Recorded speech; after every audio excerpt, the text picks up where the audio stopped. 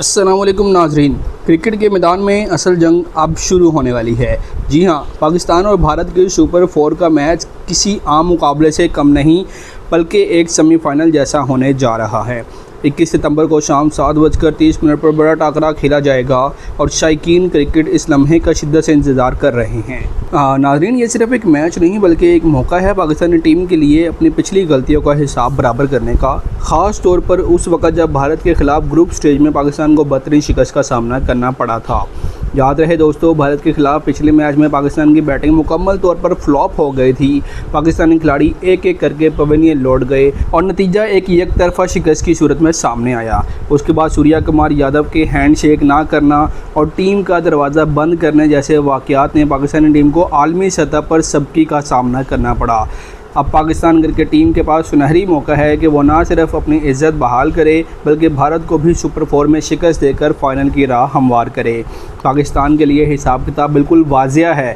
Final में पहुंचने के लिए 3 में से 2 मैचेस जीतने ज़रूरी हैं और इस राह में सबसे बड़ा इम्तिहान भारत के ख़िलाफ़ ये मैच है जो 21 सितंबर को खेला जाएगा। शायकीन भी यही सवाल कर रहे हैं कि इस अहम मुकाबले के लिए पाकिस्तान की प्लेइंग 11 क्या होगी। तो आइए जानते हैं कौन कौन मैदान में उतरेगा। ओपनिंग के लिए सबसे पहले नजर आएंगे साहिबजादा फरहान का नाम, जो इस मैच में पाकिस्तान के लिए इनिंग्स का आगाज़ करेंगे। उनके साथ होंगे साइम अयूब, पिछले 3 मैचेस में मुसलसल 3 बार डक पर आउट हो चुके हैं।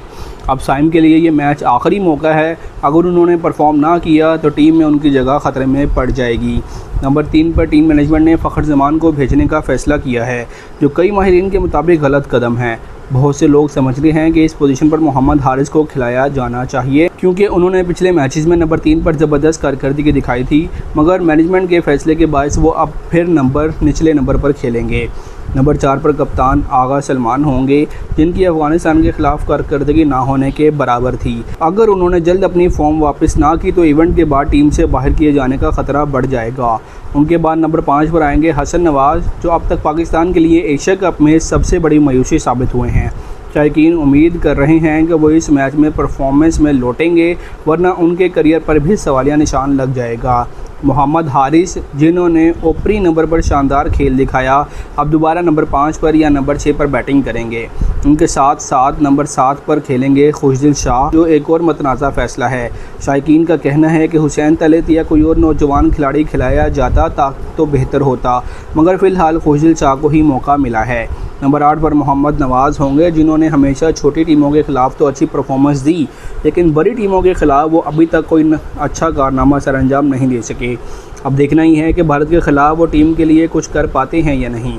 उसके बाद उभरते हुए स्पिनर इब्रार अहमद टीम का हिस्सा होंगे, जो पाकिस्तान के लिए एक मिस्ट्री स्पिनर साबित हो रहे हैं। आखिर में बारी आएगी पाकिस्तान के 2 अहम फास्ट बॉलर्स की, शाहिनशाह अफरीदी और हारिस रऊफ़, जो भारत के ख़िलाफ़ पाकिस्तान के असल हथियार होंगे। यही दोनों गेंदबाज पावर प्ले और डेथ ओवर्स में भारतीय बल्लेबाजों को काबू करने की कोशिश करेंगे।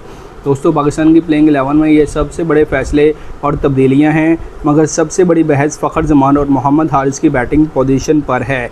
क्या ये टीम कम्बिनेशन पाकिस्तान के लिए कारगर साबित होगा? ये सवाल सबके जहनों में हैं।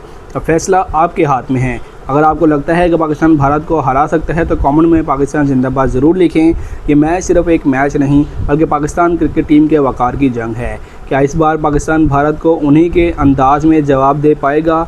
इसका पता 21 सितंबर को शाम 7:30 पर होने वाले मैच से पता चल जाएगा। तब तक के लिए हमें इंतज़ार करना होगा।